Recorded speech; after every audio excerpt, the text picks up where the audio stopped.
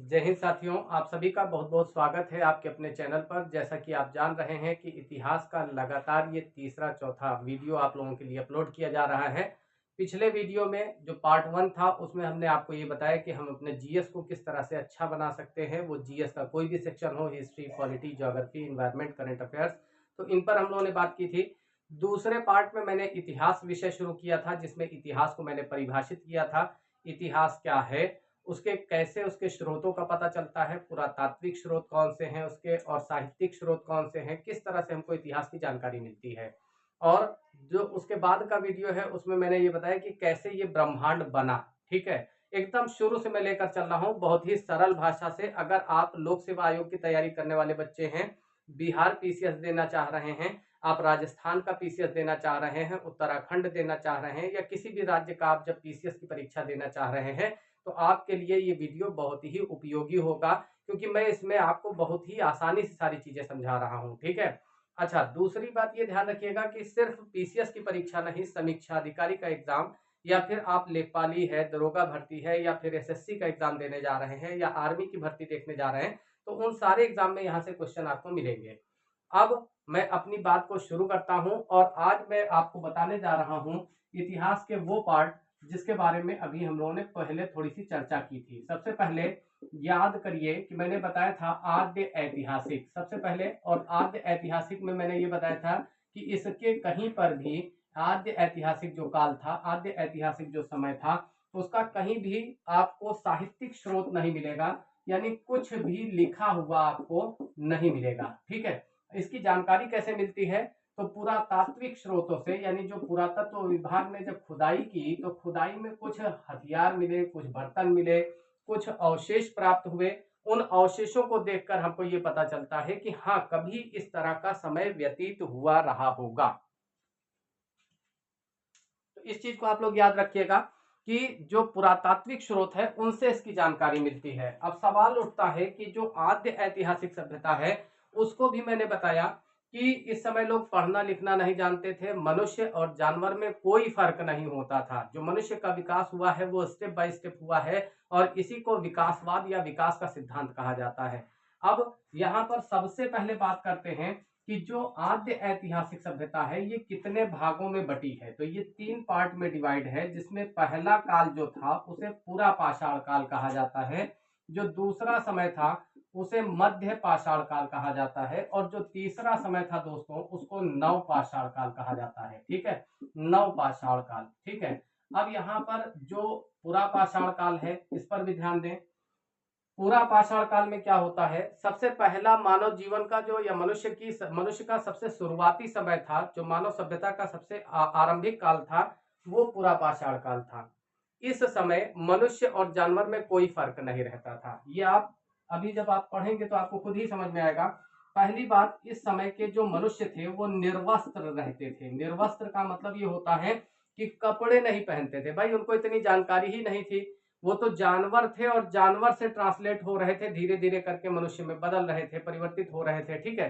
तो इनको निर्वस्त्र रहा करते थे। जीवन जो था वो पूरी तरह से शिकारी था। क्या था? शिकारी जीवन था, यानी ये जो है शिकार पर ही जीवित रहते थे। इसके अलावा घुमंतु टाइप का जीवन था, यानी घुमंतु का मतलब हम लोग घुमंतु भी कह सकते हैं, और एक दूसरा शब्द इसके लिए इस्तेमाल कर सकते हैं, खाना बदोश। क्या था?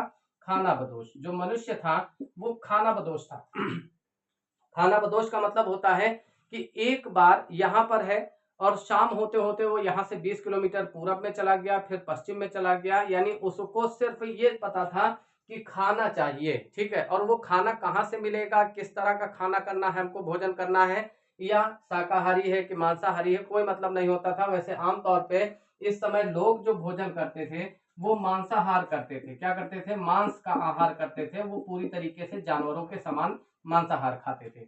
अब इस शिकार के लिए वो बड़े बड़े पत्थर का प्रयोग करते थे, इसीलिए तो इसको पाषाण काल कहा गया है, क्योंकि इस समय आदमी क्या करता था, पाषाण पर यानी पत्थरों पर आश्रित होता था।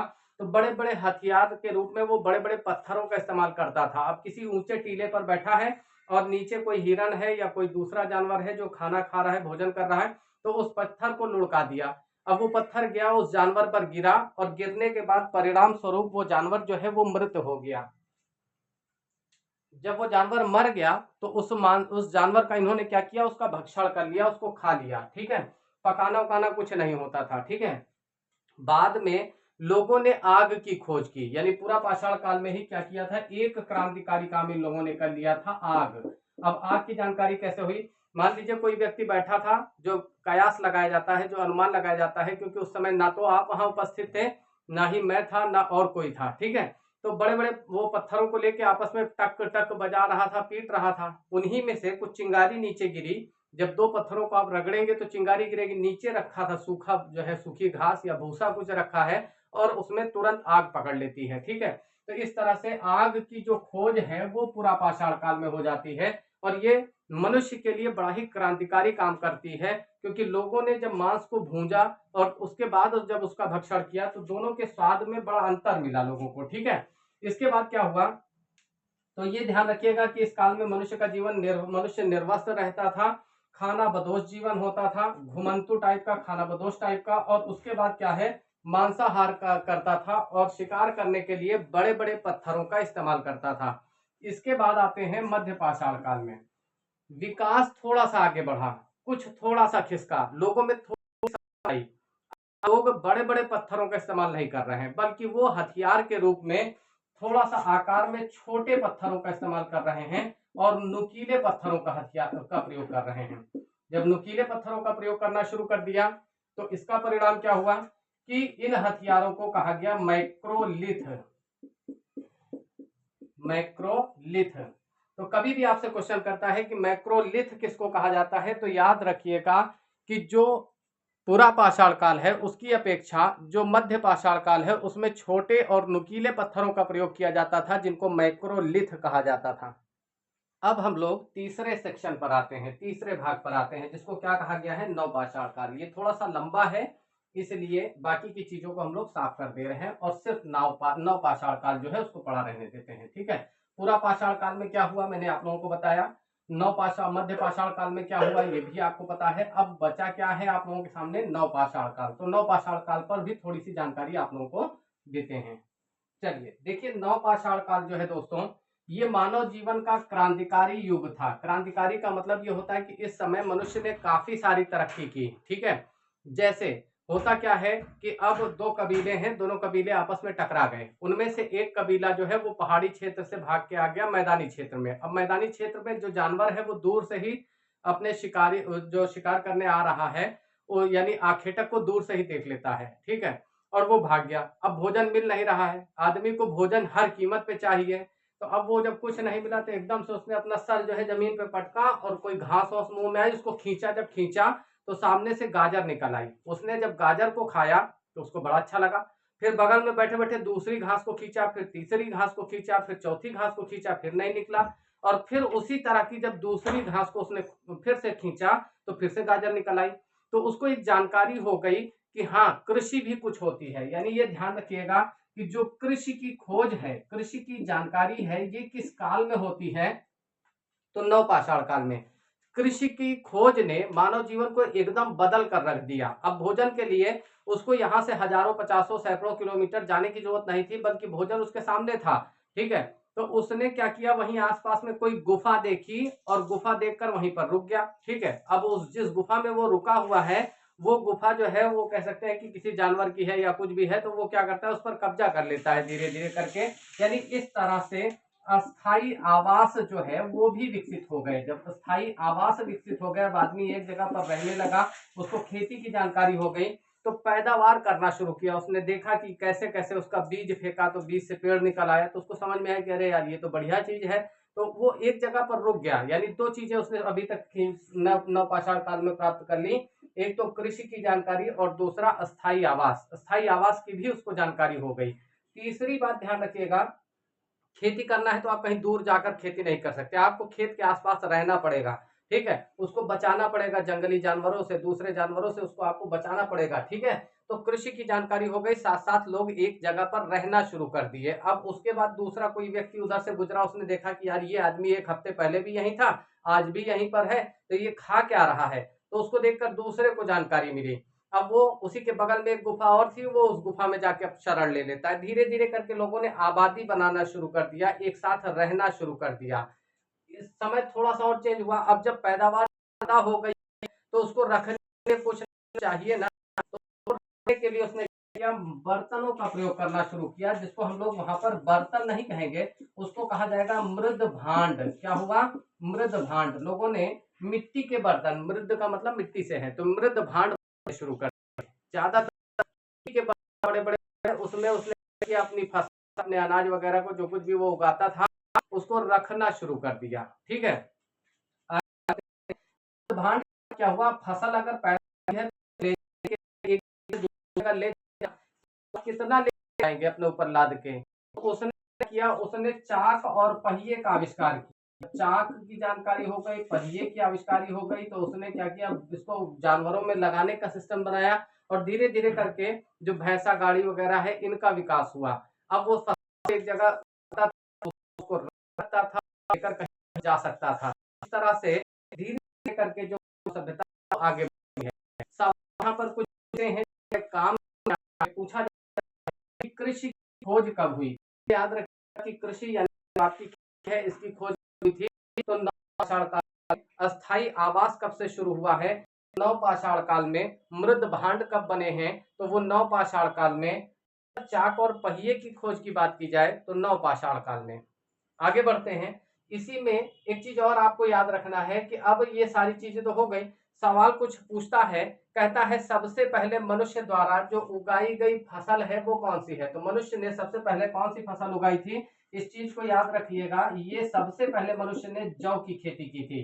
ठीक है, अब मनुष्य एक जगह पर जब रहना शुरू कर दिया तो वहीं पर कोई कुत्ता था। ठीक है, और वो कुत्ते की आदत क्या है कि उसको एक दिन अगर रोटी आपने दे दी तो वो दूसरे दिन फिर आपके दरवाजे पे पहुंच जाएगा, उसको पता है कि यहाँ से हमारा जुगाड़ हो जाएगा। ठीक है, अब इस तरह से तो पता चला 4-6 कुत्ते आए और कुत्ते सब एक जगह, मतलब जो है वो कुत्ते जो है सबसे पहले आकर वहीं रहने लगे। ठीक है, तो मनुष्य द्वारा पालतू बनाया गया जो पहला पशु है वो कौन सा हो जाएगा? कुत्ता हो जाएगा।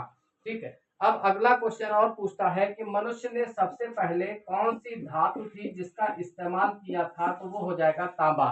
सबसे पहले मनुष्य द्वारा प्रयोग की जाने वाली धातु कौन सी है? तांबा। और पृथ्वी पर आने वाला पहला जीव कौन है? पिछली वीडियो में बताया है आपको, अमीबा। ठीक है, तो अमीबा सबसे पहले आया था जो कि एक कोशिका का जीव था। ठीक है, अब यहाँ ये सारी चीजें आप लोग समझ गए हैं कि कैसे पूरा पाषाण काल बना, कैसे नव पाषाण काल बना, कैसे जो है आपका मध्य पाषाण काल बना, और किस तरह से मानव सभ्यता जो है वो धीरे धीरे करके आगे बढ़ी है।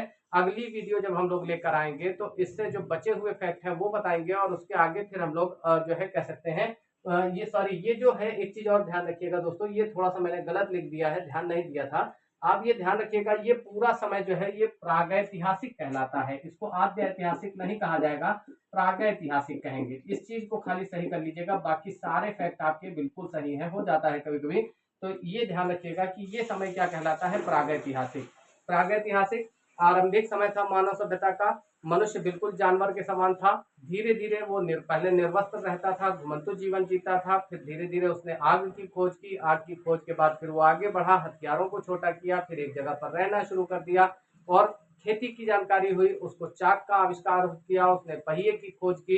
इस तरह से क्रांतिकारी रूप से धीरे धीरे करके हजारों लाखों साल में मनुष्य तरक्की करता चला गया। ठीक है, अगली वीडियो जब आपके सामने आएगी तो उसमें हम लोग बात करेंगे विशेष रूप से आद्य ऐतिहासिक पर, यानी जिसके लिखित साक्ष्य तो उपलब्ध है लेकिन हम उसको पढ़ नहीं सके हैं। दोस्तों अगर वीडियो अच्छी लगी है तो उसे लाइक शेयर और सब्सक्राइब जरूर कीजिएगा, और किसी भी कह सकते हैं पीसीएस की तैयारी, समीक्षा अधिकारी की तैयारी आप बिल्कुल बेस से करना चाहते हैं तो हमारे इस कॉन्टेक्ट नंबर पर आप संपर्क कर सकते हैं। पेड बैच अपना चल रहा है 727512, ये 12 है, ध्यान रखिएगा, इसको मिटा देते हैं, 129052। ठीक है, इस पर आप संपर्क करके हमारी ऑनलाइन क्लास से रोज जुड़ सकते हैं। मॉर्निंग में एक बैच सुबह चलता है और एक बैच शाम को चलता है। ठीक है, इन बैच में आपको हिस्ट्री, पॉलिटी, ज्योग्राफी सारी चीजें पढ़ाई जाती हैं, रिवीजन क्लास चलाई जाती है, आपका पेपर भी कराते हैं लोग। ठीक है, और पीडीएफ भी उपलब्ध जाती हैं। तो फिर मिलते हैं अगली वीडियो में दोस्तों, तब तक के लिए लेते हैं नमस्कार साथियों, अपना ध्यान रखिएगा, बढ़िया से तैयारी कीजिएगा।